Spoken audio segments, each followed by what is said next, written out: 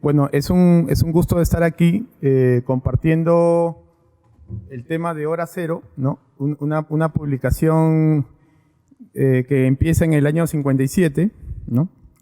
El historietista Javier Frodel Águila ha tenido la ocasión de invitarme, ¿no? Yo me siento muy contento de participar en este conversatorio, ya que mi forma de acercarme a la historieta argentina ha sido recién a mediados de los años 80, ¿no? Hora Cero, digamos que es prácticamente lo mejor que la etapa de oro o la edad de oro de la historieta clásica latinoamericana, que muchos dibujantes y público tuvieron, como en el caso de Javier, tuvieron la suerte de poder leerlas, descubrirlas, ¿no? En mi caso, redescubrirlas.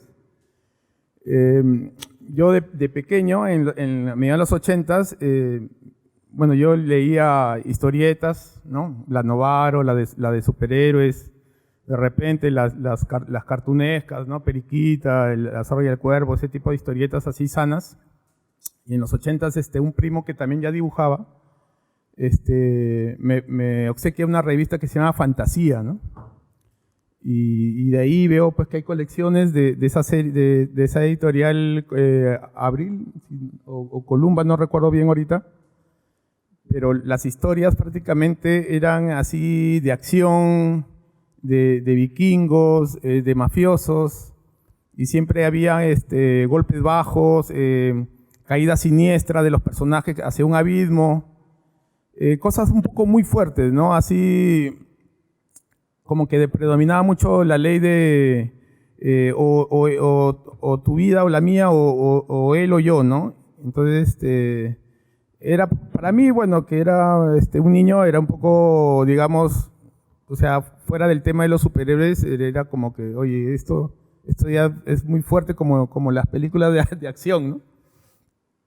Pero de ahí ya me di más cuenta del tema, que estos autores también se habían nutrido de una forma o habían cambiado el panorama de los temas de la historieta, ¿no? ¿Avanzamos un poco el proyector? En el 2001, cuando saqué con mi hermano Carboncito, justo cuando era fotocopia, hubo el evento de Por Humor al Arte en el Centro Cultural de España, ¿no? Y había una revista que se llama El Lápiz Japonés, ¿no? Este es el número 3, ¿no? Y justo sacó un suplemento sobre el tema de la ciencia ficción, ¿no? Vamos pasando, por favor. ¿No?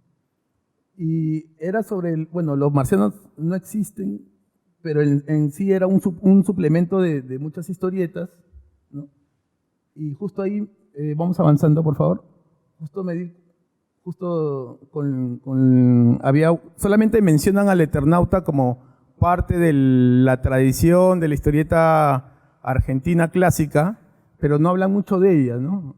Eso es lo que más me llamó la atención, ¿no? Entonces, entonces yo creían que eran así como figuritas ilustradas, ¿no? Pero en realidad fue toda una historieta, ¿no? Entonces, mi acercamiento a las historietas escritas por Héctor Germán Westergel eran así, ¿no?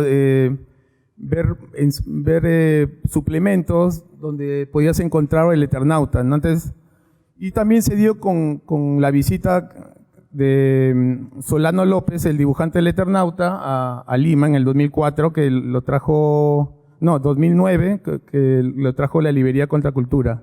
Seguimos avanzando, por favor. Incluso siempre quedaba como una reserva, ¿no? En algún momento podré conseguir esas historietas, ¿no? Que son bien expresivas, ¿no? El estilo de Solano López era muy costumbrista, muy rudo, muy fuerte, ¿no? Pero también no había, igual el año 2000, como que también no era un poco también difícil conseguir algunas de estas historietas, ¿no? Seguimos avanzando. Siguiente, ahí termina justo el reportaje. Y de ahí, justo en Girón Camaná con Quilca, siempre hay revisterías, ¿no? Y ahí también es donde puede conseguir más temas sobre el Eternauta, ¿no? Que era una revista que también la dirigía Oesterheld, siguiente. Y encontraba así, me di cuenta entonces de que este guionista, escritor, que había creado un montón de personajes, también bebía mucho de la literatura, ¿no? De Jack London, el fatalismo de los escritores de ciencia ficción, ¿no? Y de Emilio Salgari también para algunas de sus aventuras, ¿no? Como personajes como Ticonderoga. Prácticamente conocí un poco más el lado más fuerte, el lado más oscuro, ¿no? Con otros trazos, pero también me di cuenta que los autores, los dibujantes que acompañaban sus historietas, tenían un lado más libre y un lado más artístico, ¿no? Siguiente, por favor. ¿No? Y ahí también veo otra historieta muy interesante que es Sherlock Time, ¿no? Que es Entonces, tanto Sherlock Time como el Eternauta, lo bueno de estas historias también es que se localizan en Buenos Aires, ¿no? En los barrios, en los parques, los canillitas de los diarios, ¿no? Entonces siempre hay una persona, un personaje que es inspirado prácticamente en el mismo Oesterheld, que es el más pasivo, más atento, ¿no? Como secundario, y el principal en este caso, Sherlock Time, que está más comprometido con la acción, ¿no? Siguiente, por favor.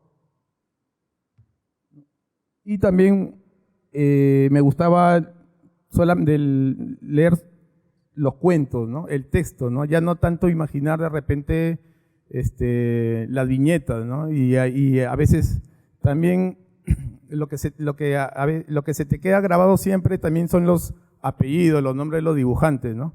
Los dibujantes que también, justo que como estaba comentando hace poco con el maestro Javier, apellidos que no son tan comunes, tan latinos, ¿no? Y que descienden europeos prácticamente, ¿no? Y mucho más con su trabajo, poco a poco lo vas a ir recordando, ¿no? Siguiente, por favor. Pasamos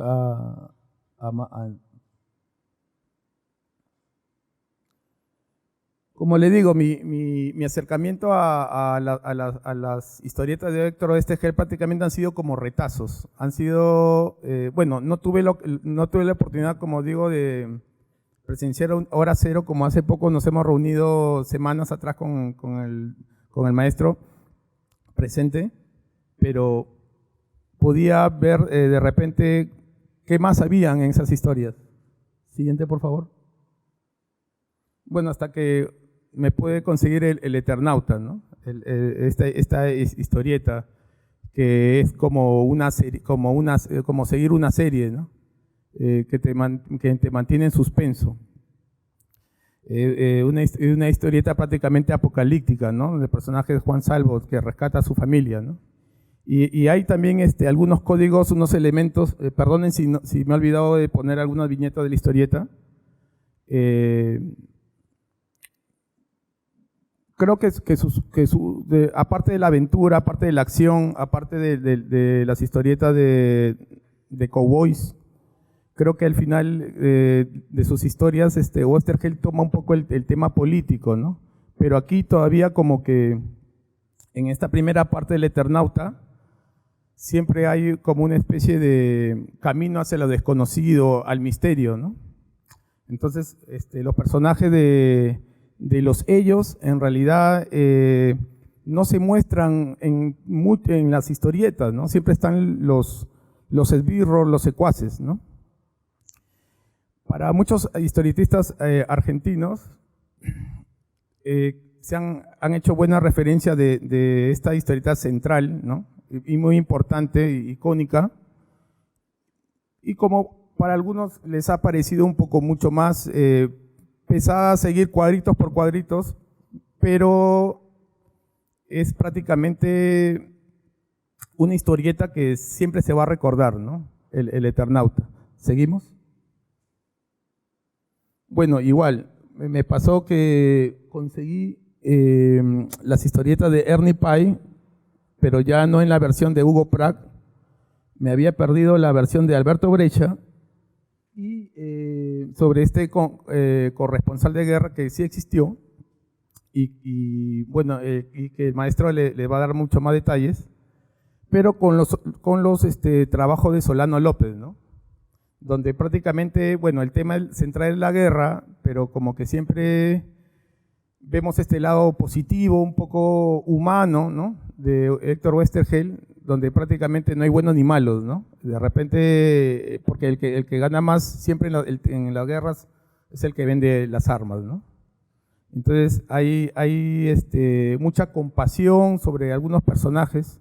Recuerdo una historieta sobre unos enterradores, ¿no? Que en las fosas prácticamente iban soldados de distintas categorías, ¿no? Rusos, ¿no? Y son prácticamente historietas que impactan, que te mantienen al recuerdo, ¿no? Seguimos, por favor. El guionista Héctor Westergel, ¿no? Se documentaba, se vestía, él prácticamente lo dibujaban, ¿no? Seguimos. Siguiente. Y estas algunas historietas apaisadas también, ¿no? Vean los gestos, los trazos bien fuertes, llenos de acción, ¿no? Listos para seguir la siguiente página. Siguiente, por favor. Bueno, ya por otras revistas más, por la segunda parte de Fierro, también podía conseguir más material sobre este guionista, ¿no? Muy importante. Seguimos. Siguiente. Rolo, el marciano adoptivo, ¿no? Igual con el trazo costumbrista de Solano López. Y en una historieta que prácticamente también el director de Hora Cero defendía también sus historietas, ¿no? Porque, siguiente, por favor. Prácticamente registra con sus historias, ¿no? La realidad, los medios de comunicación y cómo también es la cultura del bonaerense, ¿no? Ese es Rolo, el marciano adoptivo. Bueno, y por estos suplementos también empecé a tener más interés en conseguir más material de Westergel. Siguiente, por favor. Esta es un suplemento también picado grueso o picado fino de La Fierro, donde también está el Eternauta, pero con un guión de Juan Sasturain, ¿no? Que es el director de la última etapa de Fierro, ¿no? Y que habla sobre uno de los paisajes donde los manos capturan a Juan Salvo, a Fabal y a otros personajes, es en la Biblioteca Nacional. Seguimos pasando más, ¿no? La historieta. Ahí se ve pues prácticamente que Solano López, bueno, dibuja más en la actualidad. Se ve, bueno, el trabajo un poco entre aboceteado y también bien relleno el acabado. Siguiente, por favor. Y por este afiche también que salió en la primera etapa de Fierro, en el primer número de Fierro de la segunda versión, en el 2004, 2005, no, perdón, 2008 más o menos,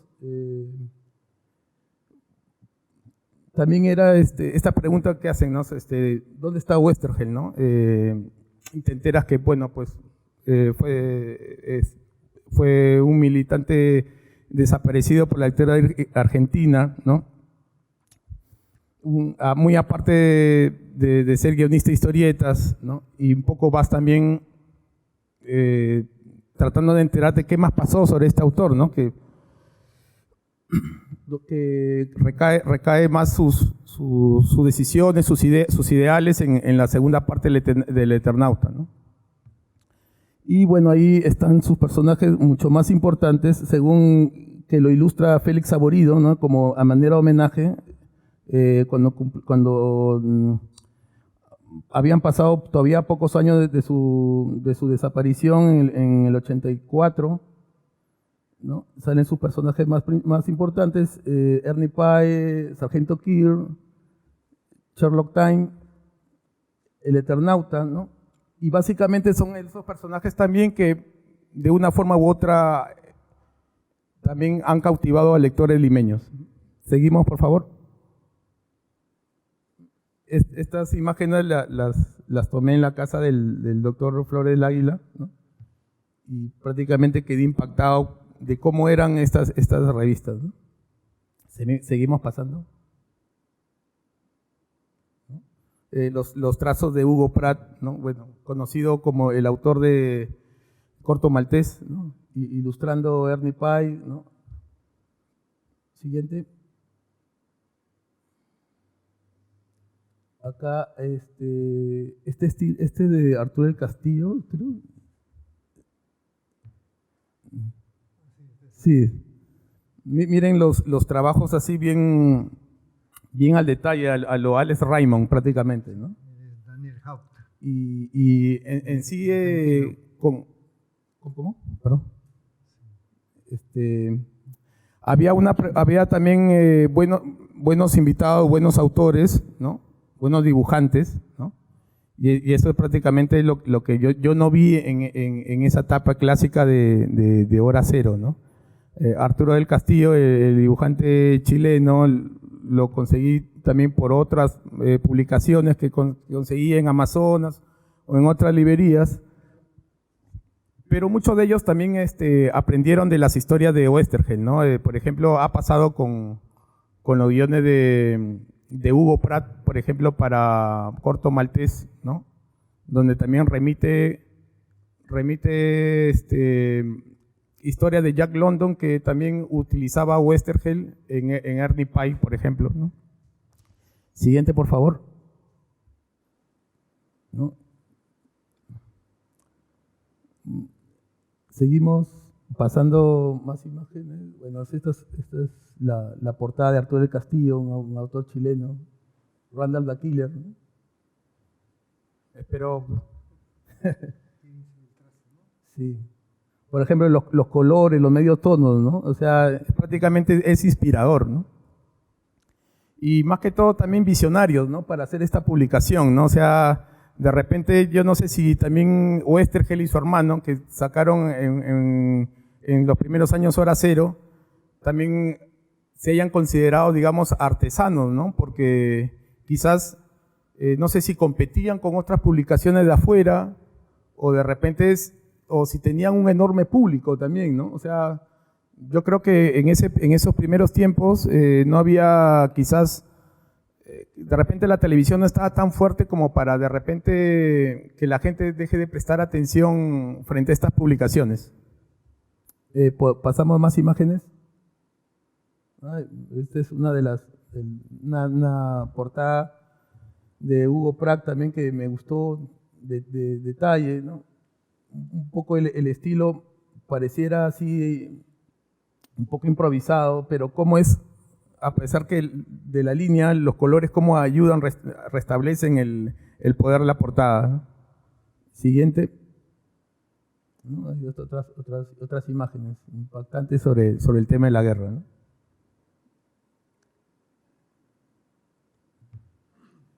Seguimos pasando. Entonces, prácticamente con Héctor Germán Oesterheld, él se nutre de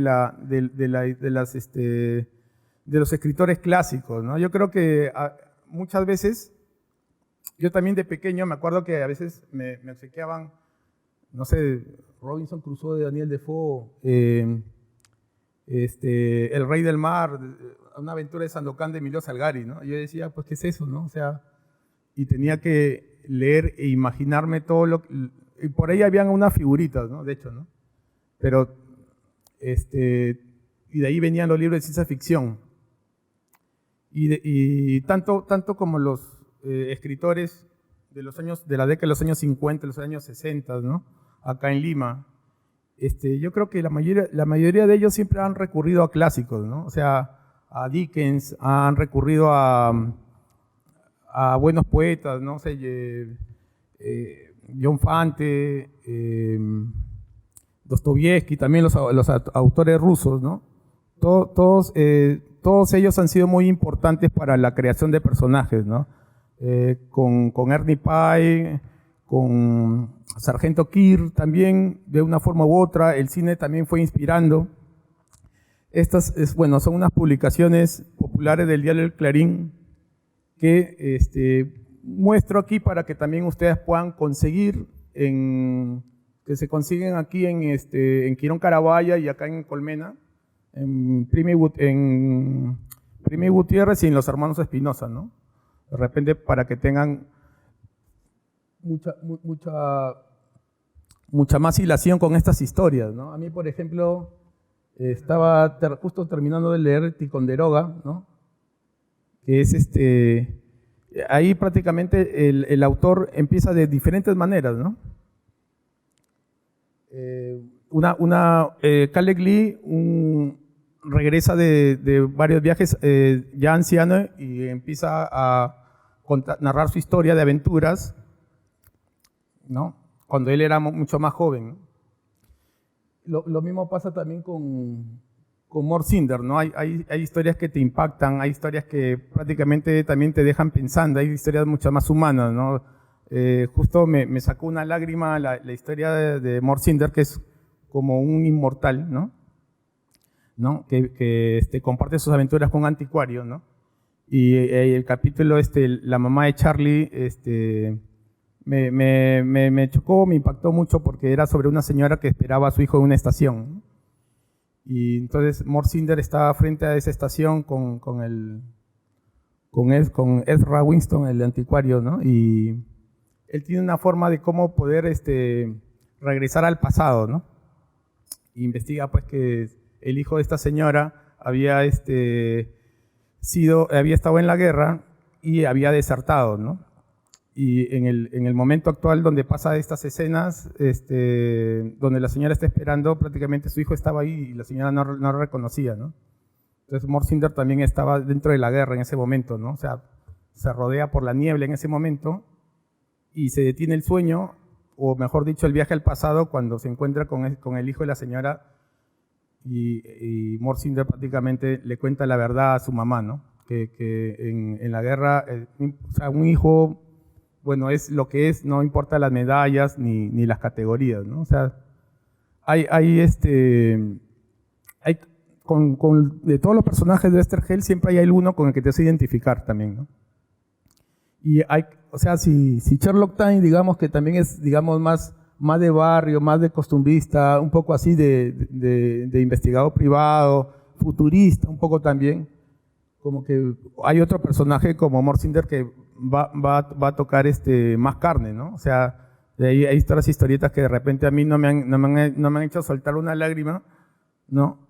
No menciono otras, pero para no distraer, pero siempre hay cosas que van con uno, ¿no? Entonces, ahí te das cuenta también que los autores tienen muchas etapas en su forma de crear las historias, ¿no?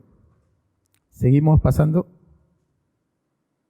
Bueno, no sé, son mis conclusiones, ¿no? Bueno, Héctor Germán Oesterheld fue invitado a participar a un periódico y le publican un cuento infantil, ¿no? Pero él había hecho estudios de geología, era una persona también que le gustaba mucho la lectura, en resumen, ¿no? Lo que les cuento, ¿no? Contribuye también de una forma u otra a una gran cantidad de personajes, ¿no? Pero con distinta dirección. A veces hay finales que de un momento a otro se cierran, ¿no? Y tú esperas más la acción y él decide en qué momento acabar, ¿no? Bueno, todos los géneros por los que ha pasado, la aventura, la ciencia ficción, el western, el bélico y el político, ¿no?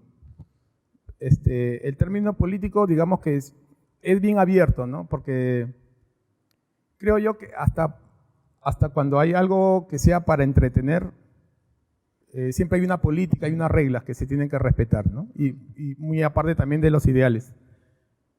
Fue un visionario de su tiempo, de repente también hizo madurar a muchos autores, quizás Pratt, ¿no? Como les conté el caso de que de repente también había recurrido a Jack London para armar otra historia corta del corto maltés. Es un emprendedor, una persona que quería sacar otras publicaciones, otros suplementos, ¿no? Y lo logró. Por eso el tema del emprendimiento. Defensor de sus publicaciones, ¿no? Y siempre la pasión por la escritura, ¿no? Que eso hizo que de repente no disminuya su producción, ¿no? Se han encontrado en la primera número de la revista Fierro, publicaron unos párrafos pequeños, un poco futuristas, un poco con el tema de lo bélico, ¿no? de las guerras, escritos que nunca fueron ilustrados, ¿no? Pero como que quedaran en pensamientos, ¿no? Escritos como tipo de frases, ¿no? Que la revista Fierro pudo publicar, ¿no? Entonces siempre está un tema constante, ¿no? Yo creo que también el tema de Hora Cero como que tiene siempre es como decir, ¿no? El día de, ¿no? La hora señalada, ¿no? Y es prácticamente lo que determina, es un título muy, muy fuerte, por más hermoso que se vean las portadas, el contenido, ¿no? Que tenga un valor, pero tenía un trasfondo también educativo, ¿no? Que cambió a muchos generadores de dibujantes y autores. Le dejo con el maestro Flores del Águila.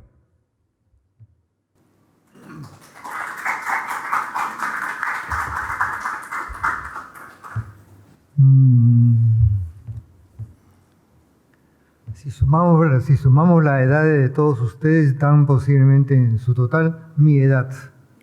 Así que yo soy realmente antediluviano y mi conocimiento de las historietas, como yo llegué, también es un conocimiento antediluviano. ¿Se imaginan? Yo aprendí a leer en 1940, del siglo pasado, del antepasado no, del siglo pasado nomás, no soy tan viejo. Y en realidad tuve una profesora, acá nomás a 2 cuadras, era un colegio, una escuelita, a una señora que hasta ahora me acuerdo su nombre, y era amiga había conocido a mi mamá y ellos nos había atendido muy bien a mi hermano y a mí. Esa señora la recuerdo mucho la recuerdo, pero igual que todos mis compañeros recuerdo más a su hija. Todos vivíamos enamorados de su hija.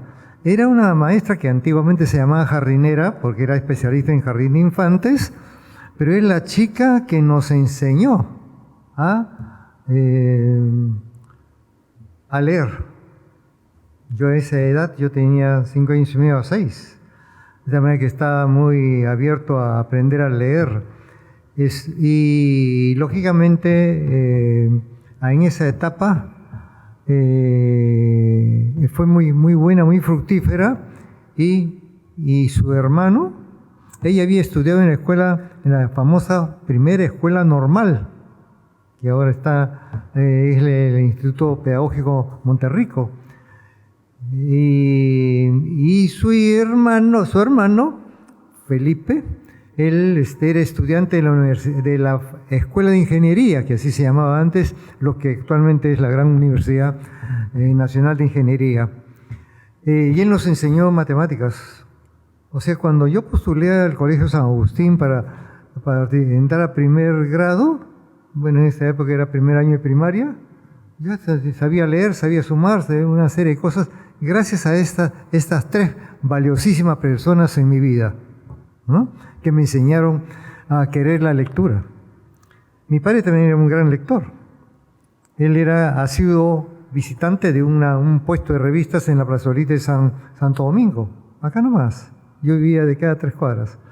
Y entonces él ha sido lector del Comercio, de las buenas épocas del Comercio, y conseguía en ese puesto novelas. Sexton Blake, no lo deben haber, no sé si ustedes conocerían, pero conocían La Sombra, Doc Savage, todos eran en ese papel pulp, ¿no? En ese papel malo, horrible, una impresión, pero esas eran excelentes novelas, famosas, eso leía mi padre. Y poco a poco yo empecé a acompañarlo al puesto de revistas y el dueño, don Abraham Torres, un chalaco así, buenísima gente, siempre estaba de saco y corbata. ¿Han visto ustedes alguna vez un canillita que le vende el periódico con saco y corbata? Yo sí fui esa época. Qué antiguo soy, ¿no? Pero él me dijo, ¿sabes? Hay unos chistes, en esa época se llamaba Chistes, y me presentó una serie de revistas de esa época. La más importante en esa época era el Tony, que era de tipo tabloide. El otro día he encontrado uno que se me estaba deshaciendo, de 1938, y mi padre me lo regaló como una joya.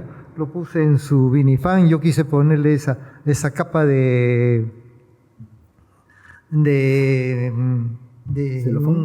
celofán, ¿no? No, sí, pero resulta que prácticamente se deshacía. Lo tengo envuelto ahí en vinifan y entonces es una urna, ¿no? Entonces ahí, pero ahí ya está una serie de personajes, Mandrake, Tarzán, al llanero solitario le llamaban el enmascarado solitario, a fantasma le llamaban el hombre enmascarado. Es decir, los argentinos tienen mucho de rebautizar las historietas, ¿no? Así porque ustedes deben haber visto cómo cuando uno compra los tomos del Tony, que es lo que queda actualmente, muchas historietas que en Estados Unidos tienen un nombre, son recortadas, acomodadas y censuradas y son por otro nombre. Conocida por otro nombre. Entonces yo llegué a tener una muy buena colección, mucha ya la perdió, desde esa época empecé, no tenía este afán de coleccionismo que tengo actualmente, que mi señor está acá, que ya hace rato que quiere entrar a mi cuartito ahí, mi caja fuerte, y sacar mis revistas y botarlas. Entonces, cada vez que llego con un papel una revista tengo que llegar con un día porque me dice, más papeles, ¿no? Pero los leo los papeles, ¿no? Entonces, pero así me permitió conocer una serie de historietas y empecé a dibujar porque mi madre además tocaba piano, pintaba y dibujaba. Qué envidia, ¿no? Tener todo eso tuve tan muchacho. ¿Y qué cosa me enseñaba? Había una revista que se llamaba Gorrión y el héroe principal era el Vengador. Un Batman de rojo y con una B ahora es de vendetta, ¿no? De venganza, él también era de Vengador. Y mi mamá me hacía dibujarlo. 6 años. Dibujaba 6, 7 años, yo dibujaba el Vengador. Y además tenía, ese mismo dibujante, tenía un cowboy que era Kid de Río Grande. Y también, yo no podía hacer el sombrero a un cowboy, ¿se imaginan un cowboy sin sombrero? Entonces, pero mi mamá con qué facilidad hacía el sombrero, así tienes que hacer, yo padecía el sombrero y todo. Y con el tiempo, en esa época, 1941, me he llegado a enterar quién dibujaba esas dos historietas así sumamente artesanales y que no era un dibujo a uno, ¿no? Un señor que se llamaba Alberto Brescia, que era carnicero, ¿no? Tripero, le decían lavar las tripas y en su rato de eso dibujaba, ¿no? Después llegó a ser el grande, ¿no? El más grande dibujante argentino, dibujante. Pero el que mejor hacía historietas no es Brescia. Brescia las dibujaba. El mejor dibujante de historietas es Hugo Pratt, porque las escribe y las dibuja. ¿No es cierto? Entonces es otro tipo. De tal manera que uno tiene que diferenciar. Uno dibujando historietas es argumentista o uno es historietista total, ¿no? Yo admiro mucho a los que son totales, aunque sé que la capacidad que muchos dibujantes tienen para interpretar al argumentista. Los argentinos, su tradición es que siempre tiene que ser el dibujante por encargo. Y entonces hay muchos argumentistas. El primero que realmente fundó la escuela de historietas fue Armando Waddell, un inglés que llegó a Buenos Aires, ¿no? Y escribía libros, pero era profesor de idiomas. Entonces él entró a trabajar en una revista que se llama Paturucito. Sensacional. Creo que es la mejor revista de historietas antes de Hora Cero que yo había leído. Tenía todas las historietas con su nombre perfecto, no corregido, en esas revistas, todas las revistas norteamericanas. Tenía Flash Gordon, de Alex Raymond, pasabas la página y tenía Rip Kirby, también de Alex Raymond, en 2 épocas.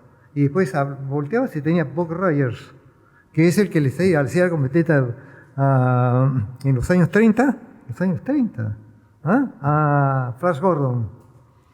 Todos traducidos específicamente para Paturucito por Waddell, el mejor traductor. Porque ustedes han visto un montón de revistas en que las traducciones son fatales, ¿no? Y después entonces ya empecé a tener el gusto, conocí, mi madre era compañera de colegio de Hernán Bartra, de la mamá de Hernán Bartra. Y entonces Hernán Bartra, Monkey, que dibujaba Boquellanta y después fue dibujaba Coco Vicuñí Tacachito en Avanzada, y ahí fue mi conexión. Yo un día le dije que dibujaba, él vio y me llamó. Yo tengo un amigo, te lo voy a presentar. Me llevó y me dice, en la esquina de Petit Pars y 28 de Julio, ahí frente al Colegio San Andrés y al Banco de la Nación, ahí estaba un edificio que era la oficina de las obras pontificias misionales, que era la central donde los sacerdotes, estaba ahí el director de eso, era el padre Ricardo Durán, después Monseñor Durán. Me presenté en la puerta y ven Hernán, oye, ¿cómo estás? Y este es mi amigo, me dice, te presento un amigo. Eso se apellida Osorio, pero le decimos Oso. Oso me dio la mano y dice, hola, ¿cómo estás? Y yo le iba a preguntar cómo está, mucho gusto, y él me dijo, Hernán dice que tú dibujas, sí. ¿Quieres dibujar en Avanzada? Plop. Me exijo una explicación. Yo nunca había dibujado profesionalmente. Él me dio ese espaldarazo para ser dibujante. Osorio. No sabía si yo dibujaba. Dije, yo no sé hacer de páginas escolares. No sé dibujar historietas. Te enseño. ¿Sabes hacer historietas, páginas escolares? Te enseño. ¿Quieres, tú cómo haces? He visto que Hernán me ha enseñado que hace mucho pluma. No sé usar pincel, yo no sé hacer. Te enseño. Todo lo que yo quería ponerle una pared para no trabajar, y él me decía, te enseño. Y me enseñó. Es mi maestro. El que me enseñó todo lo que sé de historietas, todo lo que sé cómo dibujar, Rubén Osorio, Osito. Y Monkey, claro, me enseñó a borrar. Qué buenos maestros. Ahora, eso, ellos, qué buenos maestros. Como anecdóticamente, ¿por qué lo menciono? Porque fueron ellos los que una tarde, que yo iba cuando dibujaba, yo ya avanzada, además estudiaba medicina, entonces fui y me enseñan, mira lo que hemos encontrado. Me enseñan un ejemplar de una revista que se llama Hora Cero, y 2 horas cero, cada uno con su hora cero. Ellos eran unos hermanos, Osito y Mon, que eran siameses. La biblioteca era de los dos. Los dos comulgaban en las dos revistas. O sea, yo no sabía a quién devolverle. Entonces, y me dijo que le había conseguido en la librería Unión. Y ya no sabía cómo despedirme. Pero de ahí estaba el Jirón Hilo en Washington, ¿no? Que cruzaba Washington. Me dijeron, puedes ir. Fui donde la librería Unión de don Víctor Rosas Ramírez, un señor. Me dijo, ¿tienes ¿a usted le interesa? Tenía uno, y no era Hora Cero, era Frontera. Acá lo he traído. Está en caja fuerte.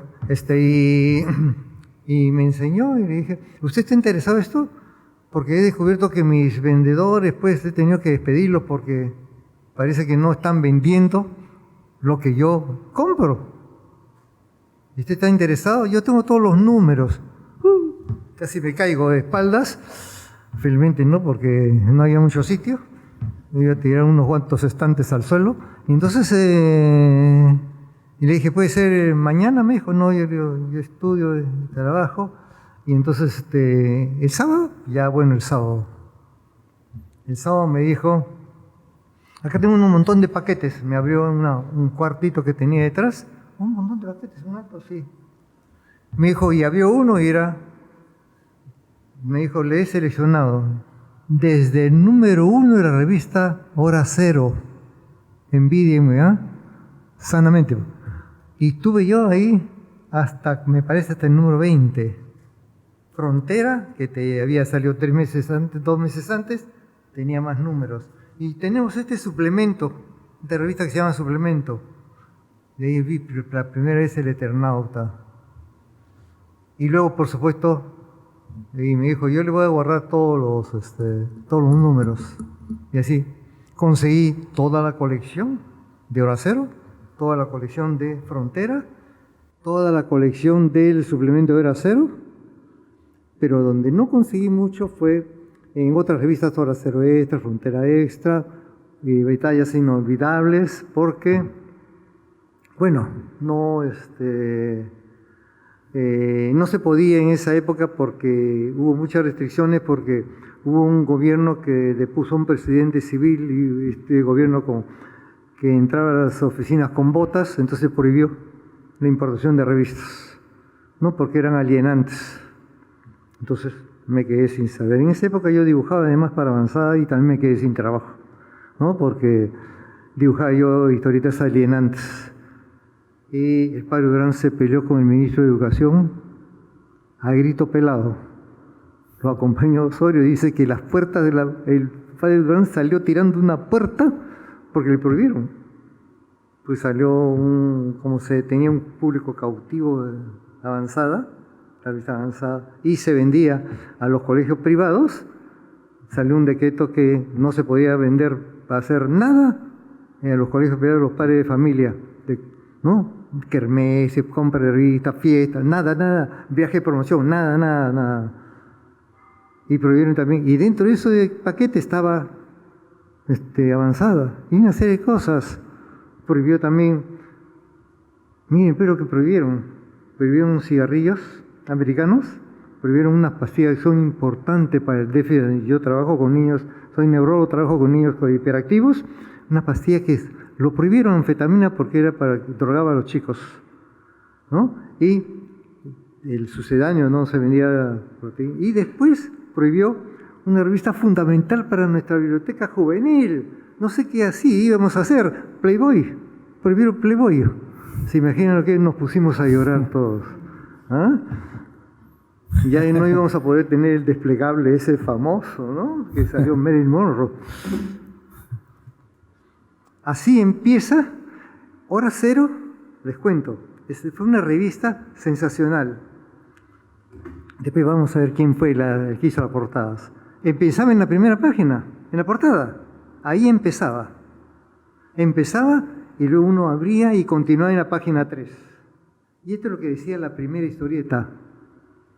La primera historieta, el primer cuadro estaba dibujado por era un personaje creado por Pratt, pero dibujado por Pratt, pero creado por Héctor Westergel, y que se llama Ernie Pike, un corresponsal de guerra freelance, o sea, trabajaba, se metía en todas las guerras, pero sobre todo le gustaba mucho la guerra del Pacífico de Pearl Harbor.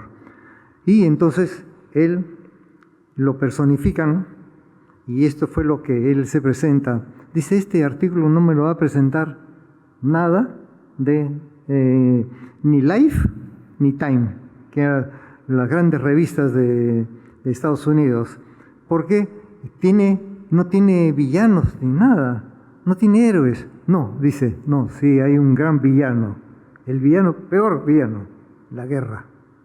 Entonces no.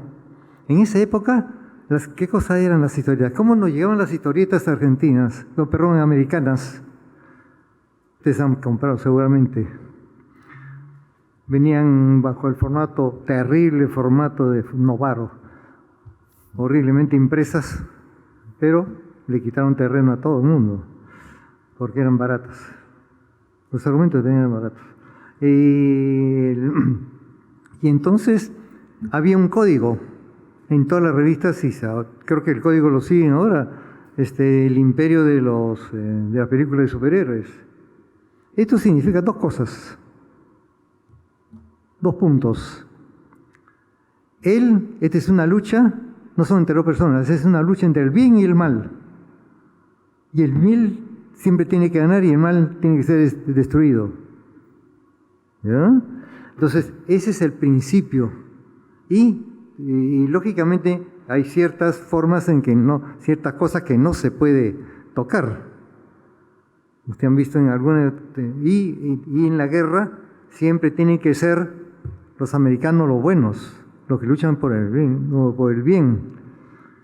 Yo les voy a contar, no sé si alguien se acordará, yo vi una película cuando estaba muy niño, no lo han visto ustedes, imposible que tal vez ni los padres de los abuelos de ustedes deben haberla visto. Se llamaba El Sargento York. El Sargento York protagonizaba uno de los grandes actores de esa época, Gary Cooper, pero era una anécdota. La anécdota de la película era que él entró como en un desfiladero, y mismo Andrés Avelino Cáceres, cuando metió a los chilenos en la campaña de la Breña, en esos desfiladeros, y él solo, según la leyenda, capturó un montón de nazis. Él solo. Y entonces lo fue llevando, encarcelando, llevando uno por uno conquistándolos por prisioneros. Y entonces ese complejo del Sargento York, hasta ahora lo recuerdo, yo sigo, pues ese es el modelo de la película de guerra, ese es el modelo de las historietas de guerra. Por más que vengan en inglés con colores bonitos y en mejor papel que el nuestro, ¿no? Pero ese es el modelo y no se puede tocar de ciertos temas. ¿No es cierto? Y eso hacía el Tony. El Tony mutilaban las historietas. Siguieron mutilándolas hasta el final, porque no se podía hablar de sexo. Los besos estaban prohibidos. ¿No es cierto? No había una sola opción sexual. Qué aburrido. Y después, entonces, además, siempre tiene que ser los buenos, tienen que ganar. ¿No es cierto? Y no se puede hablar ni de religión ni de política.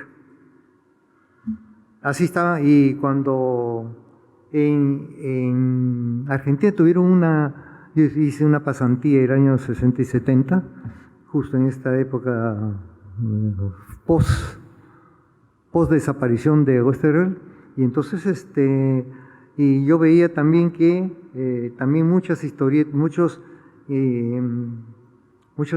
revistas de historietas tenían temas de guerra. Y eso me asombraba. Mucho más que nosotros. Es que tienen mucha inmigración italiana, mucha inmigración francesa y alemana. Westerwelle tenía ancestros alemanes. Pratt, ancestros italianos. Gente que había vivido la guerra. Entonces tienen otra visión de la guerra que nosotros no entendíamos. Y nos la daban pues digeridas por el Tony, Intervalo y Fantasía, no todas esas revistas. Entonces Westerwelle dijo que esto no le parecía. Westerwelle no era escritor, era un geólogo muy importante, sabía mucho, dominaba 4 idiomas y su hobby era escribir. Y un día escribe un cuento para niños y lo envía a una imprenta, y después le piden una historieta de guerra y se equivoca y manda una en cada imprenta, en una editorial. El cuento fue a Editorial Abril, el cuento infantil que justo sacaba una revista que se llamaba Gatito, El Gatito. Y publicaron Creo que antes que lo entregara lo publicó. Era tan bueno el cuento que se lo publicaron el primer número. Pero el cuento, ese era el cuento en una en editorial Abril, una de las grandes editoriales en Argentina. Y la historia de guerra fue para Codex, que era una revista muy regida por el bien y el mal. No se podía hacer, no había de ser el bien es blanco y el mal es negro. Pues no hay grises. Esto aquí, no, aquí se le sonrió el malo, no. El malo es malo. Entonces tienen otra misión de la guerra. Y entonces los malos siempre. Flash Gordon es inocente, Flash Gordon. No. Ming, ¿no? El rey de Mongo. Flash Gordon conquista de Mongo. Era de rasgos asiáticos, ¿no es cierto? No era gringo, no, era de rasgos asiáticos. Y los rivales así, los rivales de Terry y los Piratas, de Buzz Sawyer, de Azolar, de Milton Caniff, de Steve Scanlon, todos son, ¿no? Porque ellos viven y son súper racistas. Eso no le gustaba a Westerel, y entonces ya empezó en abril a trabajar en Sargento Kirk con Pratt, y entonces le dieron llegó donde Shibita, el director de Abril, y entonces le dieron su papel. Creo que me estoy extendiendo demasiado, aburridos, que levanten la mano los que no se han dormido, ¿no? Entonces Shibita le dio a Wester que si quiere hacer una de cowboys, ya le dijo, pero que sea pues un matador de indios, como el general Custer. Wow. Y Westerel le presenta el sargento Kirk el modelo. No, yo no quiero así. Este es buena gente.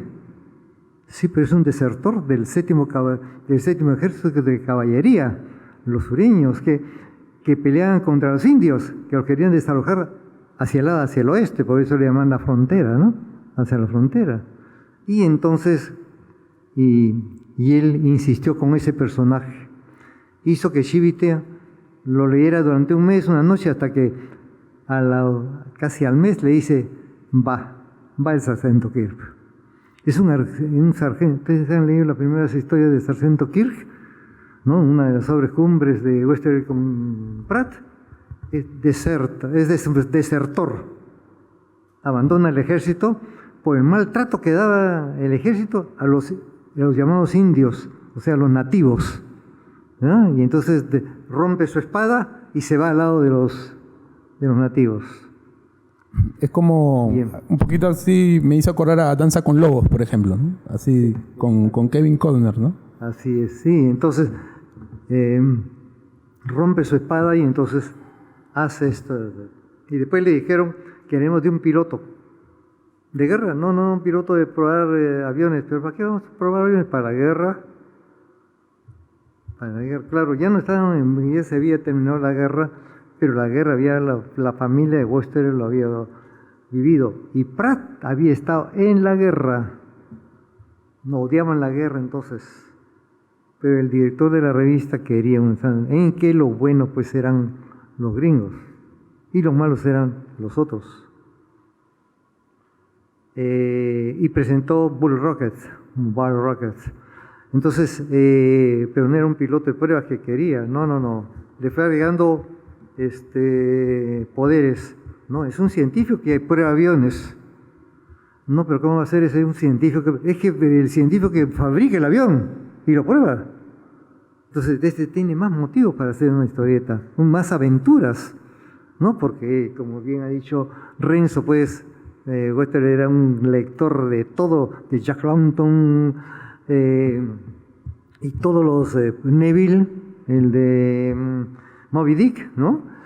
Melville, perdón. Entonces, y todos ellos nutrían su sus lecturas, hasta que lo convenció Chivita y fueron sus dos éxitos, porque todo el mundo hablaba del Sargento Kirk y Bob Rockets. Y entonces, pero escribía el argumento y se lo enviaban se escribía el argumento del Sargento Kirk y se lo enviaban a Italia, a Prat, que estaba ahí. Entonces le hicieron venir a Prat con Ongaro, que se había retirado, el italiano que creó a Mr. X, y se lo dieron. ¿Puede hacer la continuación de esto?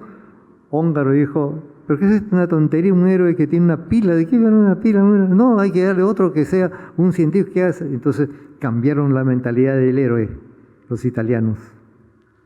Y lo demás ya deben saberlo ustedes. Después apareció esta revista, ¿ya? Y esto lo voy a mostrar rápidamente porque una muy buena referencia les ha hecho Renzo.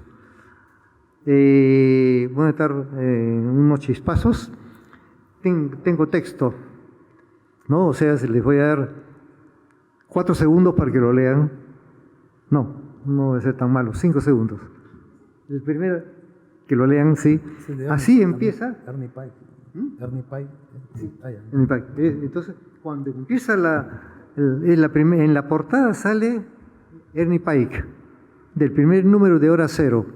Y él entonces, ya les he dicho, cómo él no piensa que se va a hacer esta historia, ¿no? Y entonces cuando pasamos a la tercera página, ¿no? Perdón, se ve ahí la portada, la primera portada, ¿no? Se abre la portada y se ve ahí a Ernie Pike cómo cuenta.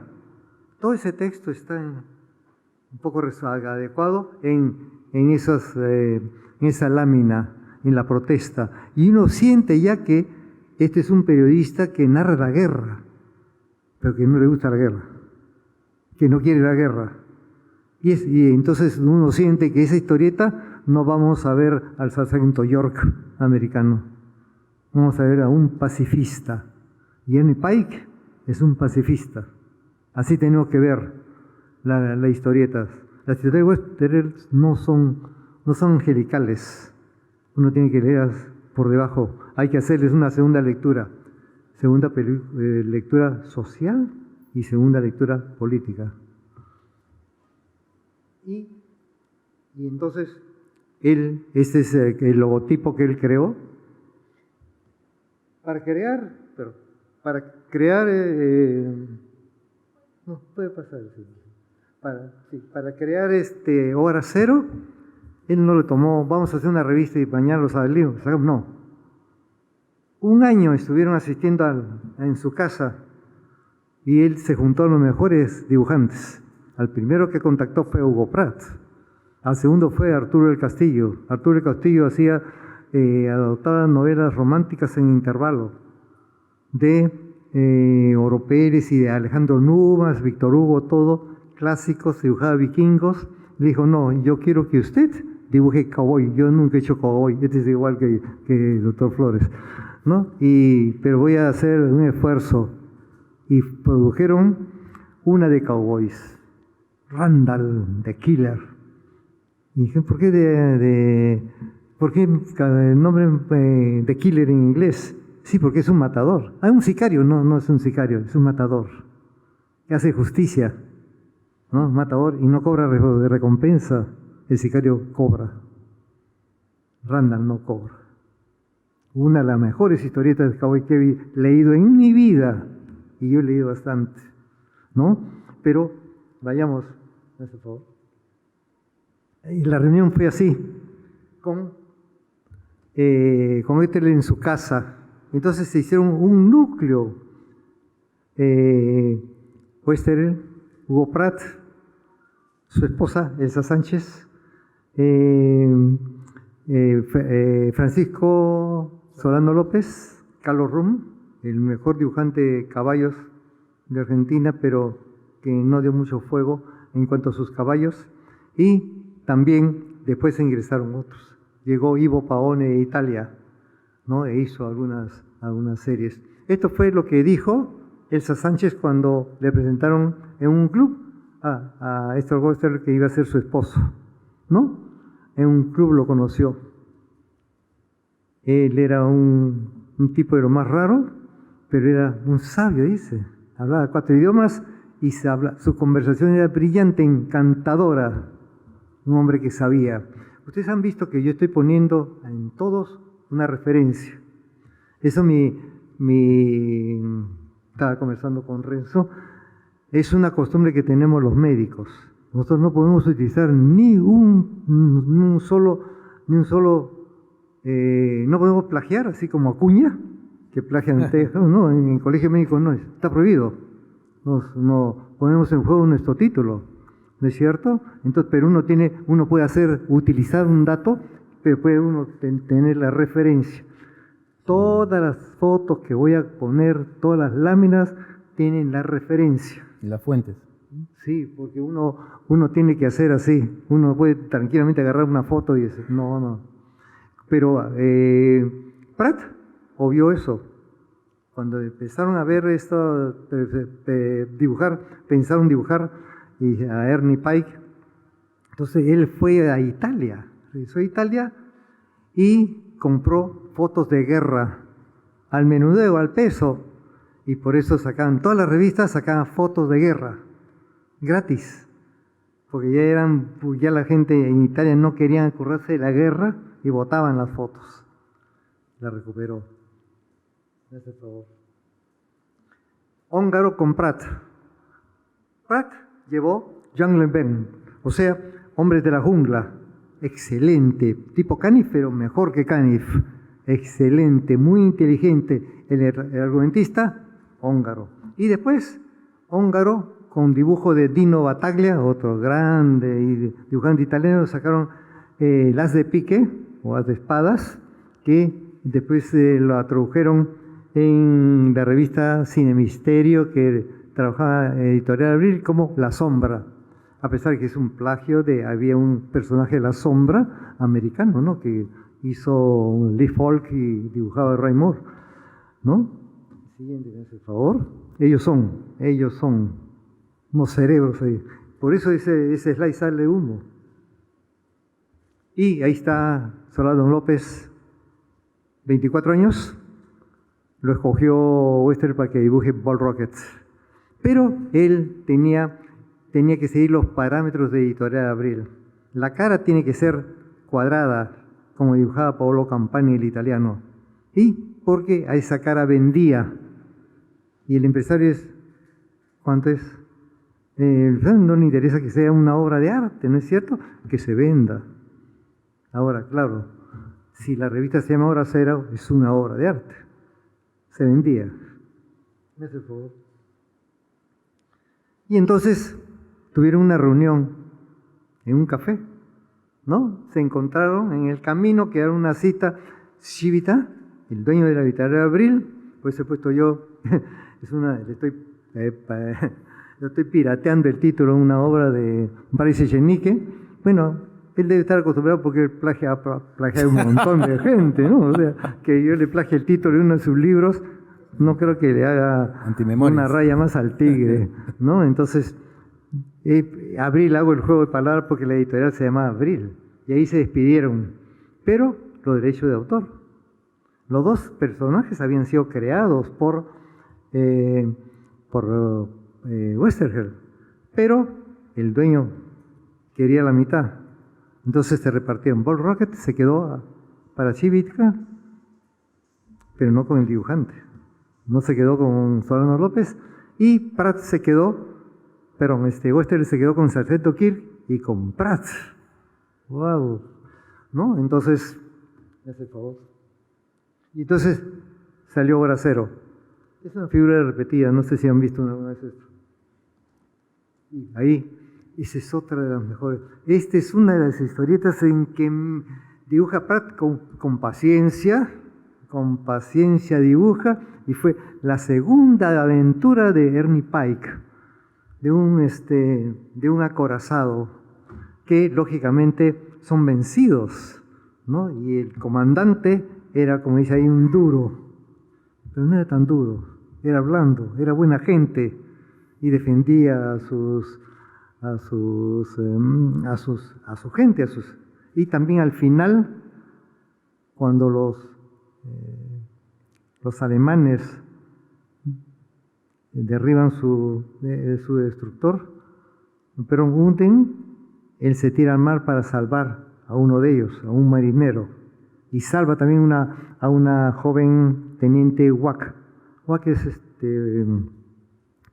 un Woman Army Corps, o sea, el cuerpo femenino del ejército. Entonces, y lo salva.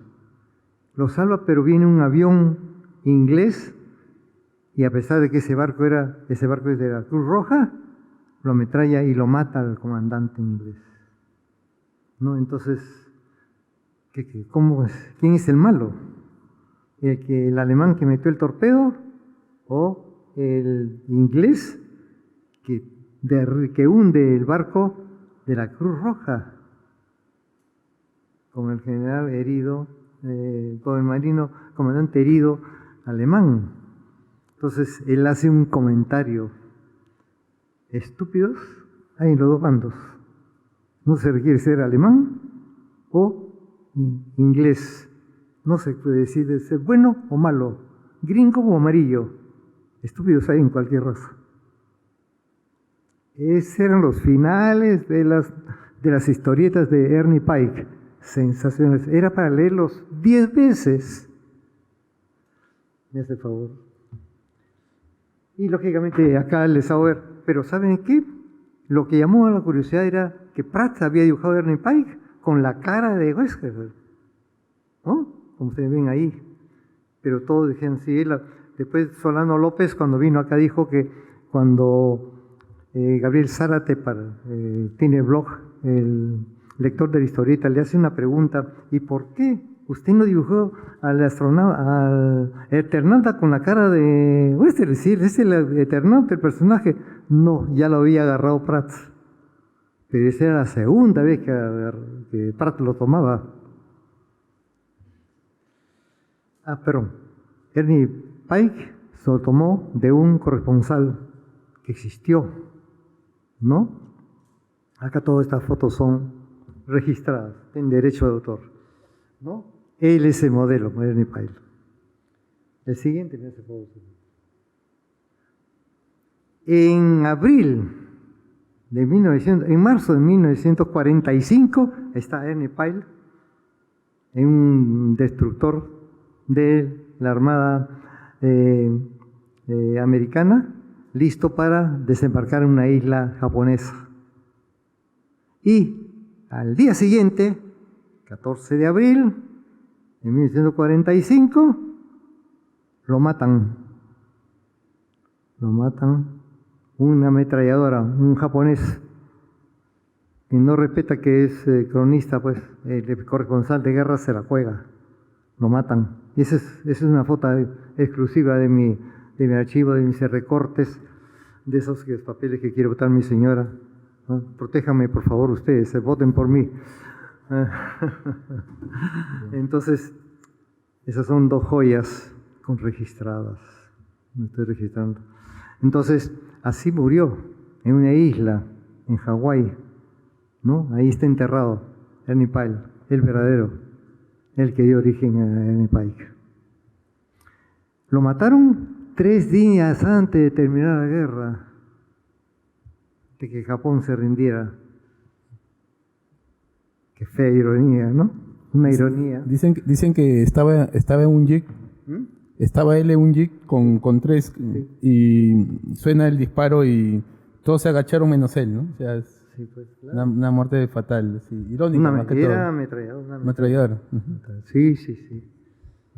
Y lógicamente este es lo que yo menciono, que ya Pratt lo había utilizado a la cara de Westergel en Sargento Kirk, porque el Sargento Kirk también tenía un escriba, o sea, así como tuvimos nosotros Guamán Poma, ¿no? Tenemos nosotros nuestros escribas, que se llamaba scribe, ¿no? Es la cara de... Y voy a hacer un recuerdo. Arturo del Castillo hizo Randall, sensacional, una entrada ¿Han visto la película Shane? No, ustedes no han visto, yo lo vi en la época de mi colegio. Shane el desconocido, ¿no? En su época fue... Con Jack Palance, no sé si han visto. Palance y Alan Ladd. Esa entrada es la entrada de Randall, pero de otra categoría. Más se parece, ¿han visto El jinete pálido de Clint Eastwood? ¿Ah? Con el galope de la entrada. Yo inmediatamente vi, dice, estoy viendo Randall, dije en la película, ¿no? Entonces, esa es la entrada. Las tres primeros números, y durante 5 entradas entra a un bar que le hacen una emboscada y barre a todos, pero el diálogo es sensacional. Él dice, no hay bulla en este bar. Todos saben, nadie se da cuenta que cuando la música suena distinto cuando a uno le hacen una trampa. Y así tiene una serie de pensamientos, cosas inteligentes que hace, o que siempre hizo para Westergel. Me hace favor. Sensacional, ¿eh? Sensacional Randall, con Del Castillo, un maestro. Después se transformó en el mejor dibujante de cowboys, él que no quería ser dibujante de cowboys. Este es Solano López, un poco distinto, acá vino hasta con bigote, con barba, canoso, aquí está joven cuando dibujaba. Esta es la primera página del Eternauta, pero vista así en la revista que salía 3, ¿no? Semanalmente yo leía y todas las semanas era un suspenso terrible, terrible realmente. Ahora uno lo lee ya encuadernado toda la historieta, ¿no? Entonces, pero lo lindo era leerlo y estar con esa angustia, porque tenía el Eternauta era como el sargento Kirk, no hay héroes individuales. No hay el superhéroe, no hay el Batman, no hay el Spider-Man, solitos componen el mundo, todo, no hay el sargento York, no. El héroe es una comunidad, una comunidad. En el Eternauta, ¿el héroe es Juan Salvo? No. También es Favali, también es Lucas que muere, también es el chico Franco el que maneja el mecánico. Ese grupo de gente es lo que hacen los héroes, los valientes. Es un héroe comunitario, es uno de los esquemas, uno de los axiomas del trabajo de Westergel. No hay héroes individuales y lógicamente también estoy en el Eternauta ahí. Bueno, es una comunicación que yo hago periódicamente. Arguimbó vino acá en Lima hace unos años. El argumentista mejor pagado ahora de Argentina, guionista, está trabajando en Heavy Metal, una revista. Una de mis obsesiones es, yo tengo desde el número 1 del Heavy Metal, está en el 249 y ya no aguanté porque mi señora ya me cerró la puerta del estante y no pude meter más revistas, ¿no? Ya no hay, pero como he sido suscriptor, tengo hasta ¿cuánto? Casi 90 números de esta revista sensacional. Me la presentó Víctor Rosas en la Librería Unión. Me dijo, este es un lujo, es una revista americana, pero es de las historietas francesas, porque yo lo hice, quiero leer historietas a Rosas. Él leía y me recomendaba. Me canjeó. ¿Tú me compras Corriere Piccoli? ¿No? Y es una revista de cómics italiano, también tabloide, en que salió la primera página, la primera aventura de El corto maltés, la balada de Mar Salado. La tengo en italiano, ¿no? Claro que después tuve que comprar en castellano. Y, lógicamente, el siguiente es Carlos Rume, el que hizo. Había estado mencionado a Arguimbó, porque Arguimbó ha presentado en el último número de noviembre del año pasado, en la revista, no la he comprado. Lo que pasa es que como he sido suscriptor, me mandan el catálogo, la indicación que un precio especial, es oferta así, esas ofertas que siempre dicen en Metro y en Wong y en Plaza Vía, cuando ya se está con la fecha de vencimiento hoy día, te lo ponen en la noche anterior de oferta, ¿no? Y entonces me están tratando de enamorar para ver si caigo con otra suscripción, pero ya no tengo sitio. Es una revista realmente de lujo, el papel es sensacional, No, la versión es muy buena. Y sale una revista, una historia de Argimbaud sobre los negros, el ejército de los negros, así se llaman, de los negros de San Martín. Ese que los negros no cantan en puna, mentira. El ejército libertador tuvo una parte, un ejército de más de 2000 negros. Ellos dicen negros, ahora somos, nosotros decimos afroperuanos, ¿no es cierto? Con todo respeto. Entonces, bueno, eran afroargentinos. Y entonces hace una historia que se llama La Nieve Blanca, no, La Muerte Blanca, porque lógicamente en la nieve, en el ejército libertador pasó de Mendoza a Chile. Después, como vino acá y nos libertaron. Todos fueron invictos, ¿pasaron todos? No. Hubo muchos muertos. ¿Muertos por el ejército español? No. Por la nieve, el frío. Y los negros habían sido, el premio de los negros que iban con San Martín venían, era que al llegar a Chile iban a ser libertos, iban a ser negros libertos, o sea, iban a lograr de dejar la esclavitud, porque ahí también son esclavos, pero murieron más de la mitad. Y esa historia lo cuenta Argimbaud en el penúltimo número de Heavy Metal, el año pasado nomás. No lo he leído yo, pero lo he visto en la...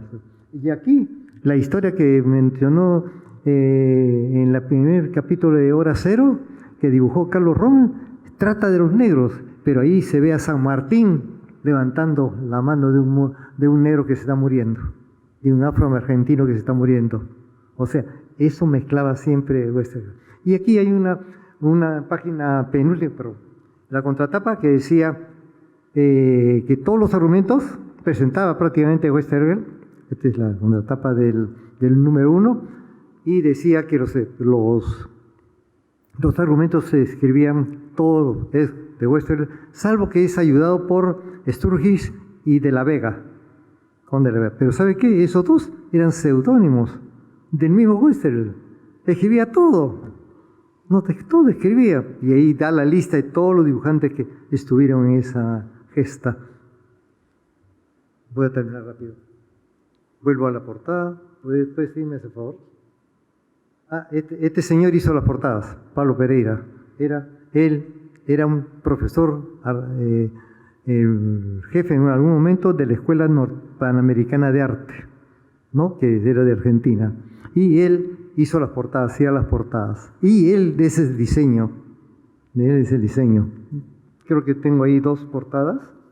No puse más, las retiré, las saqué. 2, todas las otras. Estas todas empiezan, las portadas siempre empezaba con el título y ahí, en la primera viñeta de la... Me hace favor. La siguiente, me hace favor. Y tenemos ahí, voy a mostrar los dibujantes con sus obras. Él es Jorge Moliterni. Jorge Moliterni es un dibujante joven, excelente, que reemplazó después en Hora Cero a Pratt cuando introdujo a Sargento Kirk en Hora Cero.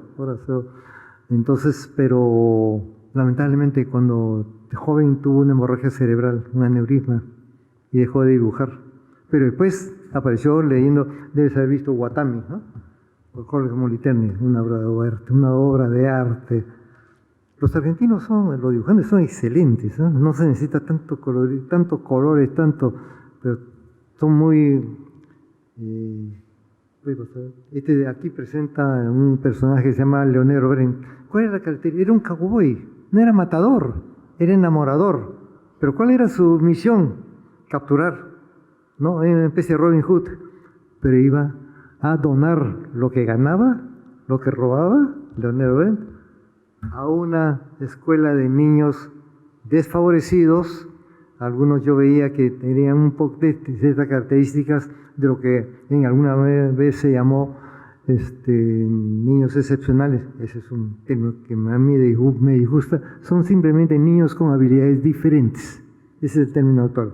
El siguiente, me hace favor.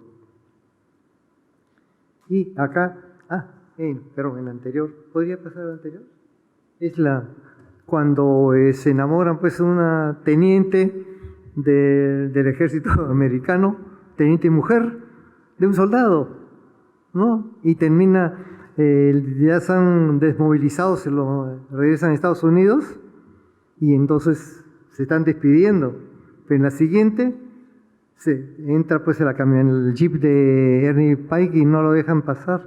Se pone a conversar con ellos y lo nombran padrino de la boda y después dice ahí, no, pero en la siguiente. Y también ha sido padrino del bautizo de un niño, de 2 niños, de 3 niños, de 4 niños. Y hoy día me toca ir al bautizo del 7º niño, ¿no? ¡Qué bárbaros! ¿Cuánto estaba esperando la guerra, que termine la guerra? Creo que ya he terminado, ¿no? ¿No está bien? Uy, qué abusivo soy.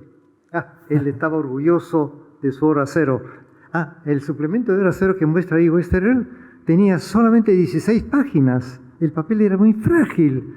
Pero él una de las mejores historietas del mundo. Él cambió la manera de ver, la manera de leer y de hacer historietas, no solamente en Argentina, en el mundo. Creo que terminó. También comprometió a Brescia, no solamente Sherlock Times, sino unas series cortas muy sentimentales de guerra. El siguiente, hoy otros dibujantes, ¿no? José Muñoz, que ahora hereda a Alex Seiner, que dibujó a Alex Seiner, ¿no? También pasó por ahí. También Ángel Lito Fernández, que también vino por acá del Perú, también pasó cuando dibujó esa página cuando tenía 18 años. Muñoz y Lito eran alumnos de Brescia y de Prat. Qué tal lujo, ¿no? El siguiente, ¿me hace favor? Daniel Haupt sí era ya antiguo, que era él dice que empezó copiando a Alex Raymond, pero pues ya se diferenció. Sí, pues, justo Lito Fernández era uno de los autores argentinos que vino hace unos 4 o 5 años para la presentación de la revista Fierro peruana, ¿no? Exacto, sí. Y es muy importante las referencias que tocan, ¿no? Ahora que en el cine también está el tema de la revalorización de las películas de guerra, ¿no?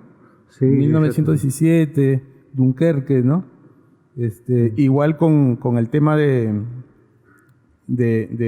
los cowboys, ¿no? Por ejemplo, ¿no? Sí, exacto. Y yo le quería hacer una pregunta. ¿Qué historias digamos que le ha impactado y como que no le parece justa de repente en algunos personajes de Westergel, ¿no? A mí, por ejemplo, me pasó con Sargento Kirk. Es una historieta de cowboys. Los dibujos de Pratt obviamente son estéticamente bellos, atractivos. Y bueno, causa una tensión porque en todos los vaqueros él aparece con un kepi, ¿no? Porque es el sargento de la 7ª caballería, ¿no? Que ha huido de su regimiento. Pero en una segunda aventura, él como que ayuda a no me acuerdo ahorita el nombre del chico, del indio. Maja. Maja, ¿no? Que se convierte en su ayudante después junto con un sacerdote, con un médico y el sargento Forbes. Y otro bandido, ¿no? Que era el corto también. El corto, se llama el corto, el primer corto. Sí, un antecesor de Pratt. Sí. Y en el segundo capítulo, cuando el indio Maja, por ejemplo, quiere escalpelar al otro indio de la otra tribu, una enemiga. Sí. O sea, él pareciera que él no le da su libertad de culminar esa acción, ese hecho, ¿no? Y él como que el sargento quiere de todas maneras como que lo ve como un niño, un chico, y le dice, oye, no hagas eso, ¿no? O sea, como una casi autocensura, ¿no? Y la cosa que él se resiente, ¿no? En el camino, con él le deja de hablar y redondea la historia con que se hacen amigos nomás, ¿no? Pero ya no hay esa parte violenta, ¿no? Sí, en realidad el sargento Kirk no es tan violento tampoco, ¿no? Eso, a veces pelean con los bandidos, porque ellos, el sargento Kirk también son 4 personas, ¿no? Es un héroe comunitario, esos 4 personajes. Y entonces ellos hacen en un rancho, crían caballos de una camada de un padrillo árabe, ¿no? Y entonces se ve que trabajan y de eso viven. O sea, son héroes, no son como, ¿ustedes saben de qué vive Iron Man? ¿De qué trabaja Spider-Man? ¿Ganan? ¿Tienen sueldo? ¿Pagan impuestos? Bueno, ahí el sargento Kirk sí paga impuestos, sí gana plata trabajando, ¿no? Y ese era uno de los criterios, lo que revolucionó a la historieta argentina. Oesterheld decía, no, el lector tiene que tener la sensación de que él también puede ser un héroe de historieta, porque es un héroe común. Yo no puedo hacerme el ánimo de ver cómo ser Spider-Man, ¿no? El otro día me quise parar rápido en mi cama y me caí. Imagínense si puedo subir las escaleras, ¿no? Tenía algunas cosas, pero quiero que descansen. Bueno, y volviendo también justo a la proyección que el maestro ha compartido, en el tema también de construcción de historia, ¿no? Por ejemplo, en Ernie Pike hay una aventura en la que el mismo cronista o el script, ¿no? Como usted le dice, Sí. Lleva consigo a su fotógrafo para que le tome foto a un tanque, ¿no? Y habían caminado bajo el desierto a muchas horas. Sí. Y el fotógrafo como que decía, oye, tantas caminatas para tomarle a un viejo tanque, ¿no? Sí, una chatarra, ¿no? Una chatarra. Entonces, Sí. no, pero este tanque tiene una historia de una amistad, ¿no? Y comienzan a recrear. Entonces ya para que... Muy buena esa historia, sí. Comienza a recrear la aventura y para que obviamente el lector no se aburra, para que no se vea en la cara el primer plano de los dos que están hablando, narra una historia así fuerte, ¿no? Obviamente donde uno queda traumatizado, ¿no? Pero las fotografías dentro de las historietas es algo, en el fondo, documentándose y haciendo historietas, también es como que la fotografía o la imagen o el banco de imágenes es a veces la iniciación a una historia, ¿no? Por ejemplo, vemos estas historietas de Ernie Pike, la mayoría de guerras, que hay tanques, hay heridos, o también hay cohetes, en el caso de la revista de Eternauta, que pronto también se ve en otro tipo de historietas como la de Maus, por ejemplo, de Spiegelman, ¿no? O sea, Sí. fotos de familia. Mouse. En películas de animación como Vals con Bachir, por ejemplo, también cuando termina esa película, se ve pues una imagen de una persona llorando y gritando, ¿no? Allá en Irak. En Irán, perdón, ¿no? Y en el Medio Oriente, no recuerdo bien. Persepolis también, ¿no? Uh-huh. Pero, o sea... Yo Saco también. Sí, en Joe Sacco, por ejemplo, también ella, claro, cae prácticamente en el periodismo, ¿no? El tema del periodismo. Uh-huh. ¿Algunas preguntas, chicos? ¿Algo que quieran preguntar o compartir de experiencia de repente sobre la lectura de Héctor Oesterheld, ¿no? O uno de los artistas como Pratt, o de repente, ¿qué más les ha llamado la atención de estos autores, ¿no? Porque, por ejemplo, Dino Battaglia, o sea, que es italiano, ya esta promoción de autores parece mentira, pero ya ilustraban ya Dr. Jekyll y Mr. Hyde, ¿no? O sea, y ahora que estamos en la Casa de la Literatura, o sea, de todas maneras siempre tenían referencias de escritores, la mayoría, ¿no? Exacto, sí. ¿Qué tal?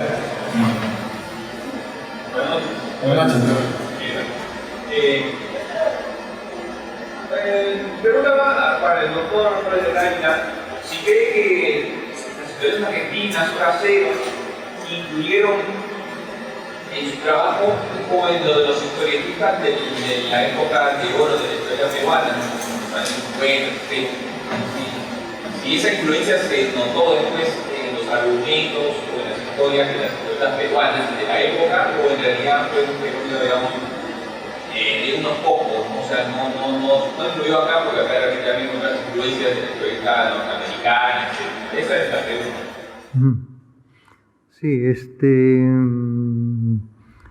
por ejemplo, cuando estábamos nosotros en Avanzada y leí, me acuerdo que con los primeros números nos reuníamos los tres de Avanzada, como nos llamaban, Rubén Osorio, Hernán Bartra y yo, y leíamos página por página, no solamente leíamos, sino observábamos en los cambios que había hecho Prat sobre todo, y entonces sí influyó mucho, pero a mí me llamaban mucho los argumentos porque como yo tenía una historieta ahí social, yo tenía una historieta que se llamaba El Padre de la Fuente, que era un misionero.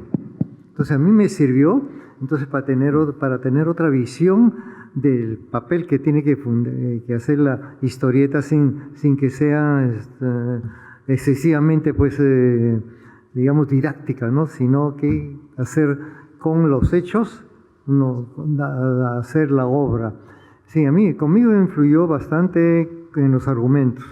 En la historieta que hice yo de Selva Misteriosa, en los argumentos, incluso en mucho manejo de los diálogos, utilicé algunas cosas como pero, hay varios vasos, pero eso, incluso han visto cómo hablo yo como los pero. Entonces, y sí, en nosotros influyó. En Osorio influyó bastante porque incluso le cambió el estilo. Hola. Y empezó a dibujar. Pero le digo, no quiero que digan que estoy copiando a Prat, entonces hizo un estilo alternativo. Pero ya después dejó el dibujo serio y entró a su condición, ya no de Osorio, sino de Osito. Ya está el dibujo cómico con Shepard, con todos ellos, ¿no? Don Vinagrio. Y entonces y Hernán entró con Manyute y sus chicas, ¿no? Y lógicamente bastante alejado de lo que dibujábamos en Avanzada. Sí, pero sí influyó, al menos en Osorio también influyó, y leíamos bastante, ¿eh? Nos juntábamos. Yo hacía mi propia colección porque a veces les prestaba, conseguía yo, y ya después que me enteré que ellos ya no compraban, sino esperaban que yo les llevara.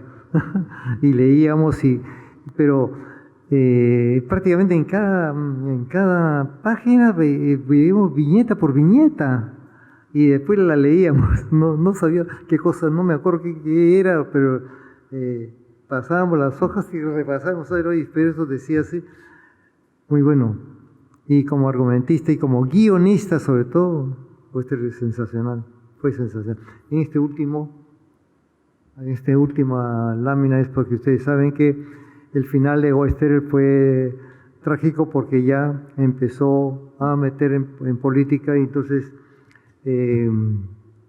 dejó de ser una historieta para convertirse en un panfleto.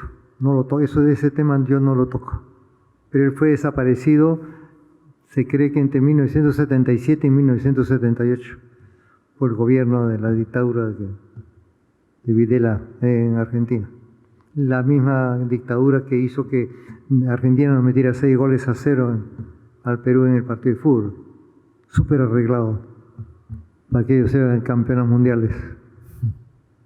Ahí nos mataron a nosotros, ahí nos suicidamos. Bueno, a Wester, ellos mismos son los que lo desaparecieron.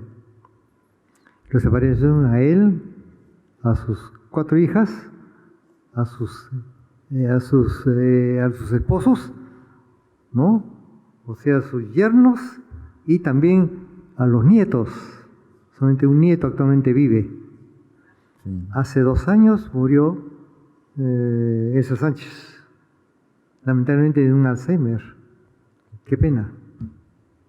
Al poco tiempo, a los pocos años que de haber recuperado a su nieto, porque su nieto fue criado por no quiero tomar ese tema es muy delicado, eso no tiene mucho que ver con las historietas, tiene que ver con el historietista. Eso se puede conversar, no acá podemos conversarlo bueno, en la cafetería. Justo lo que decía el joven con la pregunta, yo he encontrado un poco de similitud con, por ejemplo, en el trabajo de Prat hay veces que hace los rostros bien graciosos, ¿no? De algunos villanos. Y me acordaba un poco de Rubén Osorio. No sé si él hacía Taradino o era... No, Hernán Bartra hacía Taradino. Perdón, me equivoqué. Un poco entre Bartra, así, sí. En la forma de las cabezas. Sí, y el de usted, en algunos casos, a Maestro Brecha también, ¿no? Así. Uno va descubriendo y va asimilando. Sí, porque... ¿Cuándo? Gracias. Para mí me sorprendió el cambio porque Brescia yo lo conocía no solamente por haber dibujado Kid de Río Grande y El Vengador, sino que también en Paturucito dibujaba Vito Nervio, un detective. Pero cuando después apareció en Sherlock Time, acá dije, este es otra cosa. Y además los argumentos no eran tan fúnebres, tan negros, tan oscuros. Caniff no tenía nada que hacer comparado con Brescia en esa época. ¿No? Brescia Claro. me parece que es uno de los mejores dibujantes del mundo. Pero también él, yo creo que también él aportó con la gráfica bastante para, no tanto en el tiempo de Hora Cero, sino a lo que vino después, ¿no? Hay, todavía hay exalumnos de Breccia que estuvieron con él a comienzos de los 90s, y aparte también está cómo él interpreta los textos de Lovecraft, por ejemplo, ¿no? Sí. Y él cuenta de que se consiguió un librito así de bolsillo, ¿no? En una pésima edición, en un viaje a tren a España, Sí, pues. y poder atrapar este texto y plasmarlo, ¿no? Es con un poco de collage, con pintura abstracta, ¿no? Al igual que su versión del Eternauta también, ¿no? Sí. Su versión así media algo más que política del Eternauta, ¿no? Sí. Sí, era muy... en que cambia un personaje, ¿no? Un personaje a Franco lo cambia por una chica. Entonces, para que no la habían dejado, la encerraban porque no querían que fuera con el novio. Eso era una conducta, incurriendo una sensación machista de la familia contra la cual estaba Wessel, ¿no? Sí, pero No quiero decir más. claro. Pero, Hay, sí, esa segunda versión del Eternauta dibujado por Brescia y escrita siempre por Wessel es también para leerla cuadro por cuadro, ¿no? algunas imágenes de Breccia también fueron utilizadas para exposiciones en los 70s aquí en Lima, también con la exposición de Juan Acevedo en el Banco Central de Reserva, me acuerdo, en antiguos catálogos, o de Morsinder, me acuerdo. Sí, sí. Y casi me olvidé lo que iba a decir, pero también en el caso de Breccia, en el caso de Prat, ¿no? Por ejemplo, se nota más en el lado de Breccia se nota que tanto el texto de Oesterheld como el de Breccia es un solo lenguaje, una sola firma, pareciera. Sí. En el caso de Hugo Pratt con Oesterheld, como que está un poco separados por un pequeño, claro, de que uno es el guionista y el otro el dibujante, y también pasa lo mismo en el caso de Solano López también, ¿no? Sí, exacto. Sí. Pero con Breccia es como un lenguaje, una sola firma, parecieran que los dos se han fusionado terriblemente, pareciera, ¿no? Sí, pero yo sigo pensando que Pratt es mejor que Breccia como historietista, como argumentista, como dibujante. En lo que tú estabas leyendo, me contaste Ticonderoga. No lo he tocado porque no estaba en Hora Cero, ¿no? Ticonderoga se publicó en Frontera, creo. En Frontera. Y también era para ver, porque ahí la chica era una de sus alumnas en la Escuela Panamericana de Arte, Gisela Dester, le hace las acuarelas, ¿no? Y algunas son, porque cuando se lee en el original de Hora Cero con buen papel y no son reproducciones fotocopiadoras, realmente ahí el peso lo llevaba Gisela Dester. Pero cuando Gisela Dester se queda con el dibujo de Pratt, no tiene nada que ver ese dibujo, ¿no? Sí, pues los dos eran todo. ¿Separados? No. ¿Preguntas? Sí. ¿Querías otra pregunta? ¿Preguntas del público? ¿Ustedes han leído algo de Hora Cero? ¿Conocían la revista? Ahora ahora se puede bajar por internet, se puede conocer. Ahora, la cuestión de derechos pues hace que no tiene que cumplir no sé cuántos años más para que esté de libre disposición en internet. Porque creo que pagando, Hay, PayPal. hay también PDFs que también uno puede bajarse. Pay. Sí. Sí, hay PDFs que también uno puede bajarse en algunas páginas. Te puedes bajar en PDF la revista Fierro, ¿no? Bueno, sí. O sea, todavía encuentras cosas de José Muñoz muy buenas. Ahí ya te lo voy a pasar en el Facebook. Ahí, me escriben al inbox, ¿no? Y es que son materiales que no se consiguen ni en Camaná, por ejemplo, ¿no? O sea, No se consigue. ya es muy difícil. Yo me acuerdo que la primera edición de Fierro, una que vi que nunca había visto, que Enrique Brecha, hijo, había hecho una versión, hacía humor, la encontré en mal estado, ¿no? O sea, ya solamente me llevaba Zona 84, esas revistas, ¿no? Un poco sí, futuristas, pues, o El Víbora un poco, pero ya la última parte, ¿no? Lo que pasa que Hora Cero, Hora Cero Extra, Frontera Extra, Batallas Inolvidables, el libro de Ernie Pike, y todos ellos son de colección, pues. Los originales nadie los vende, nadie los lleva a la Avenida Argentina, a la Cachina.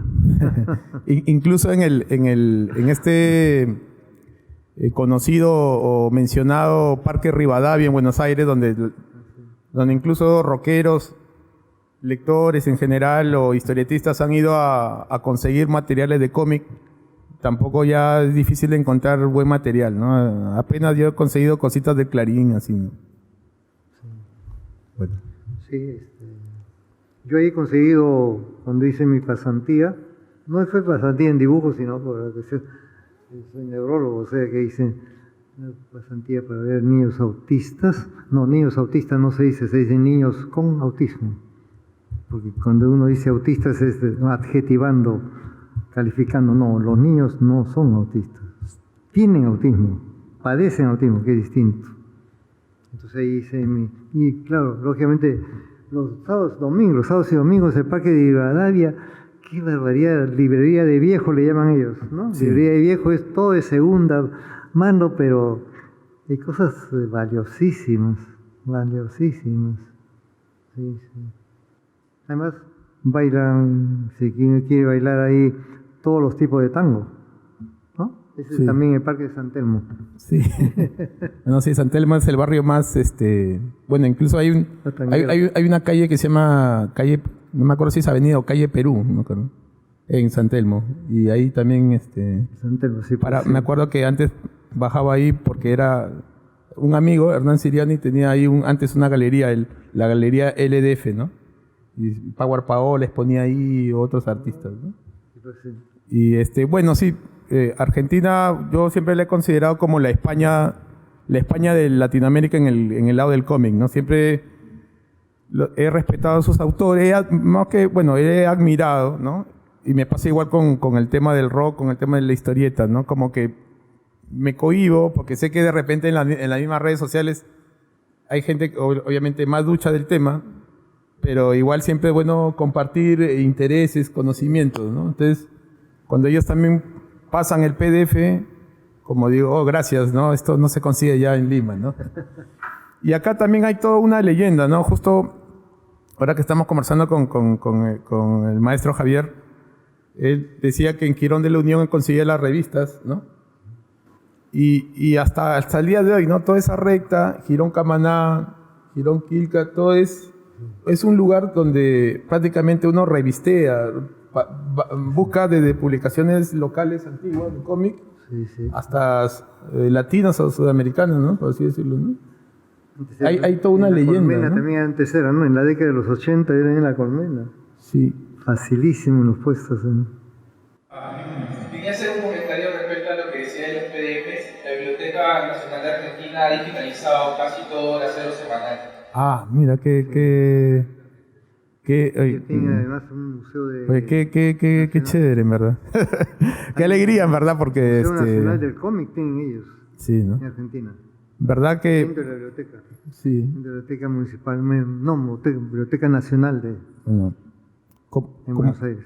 Como le recuerda al maestro, revisen las historietas ilustradas por Pratt. ahí se van a poder fijar también en las aguadas, ¿no? Y en los trabajos de documentación como su ayudante, ¿no? De Gisela se llamaba, ¿no? Dexter. Ah, Dedler, ¿no? Sí. Gisela Dexter. Bueno, damos por concluida el conversatorio. Muchas gracias por asistir. Estamos muy agradecidos que nos hayan escuchado. Gracias. Y nada, pues esperamos también nosotros poder verlos más seguido, ¿no? Muchas gracias. Gracias.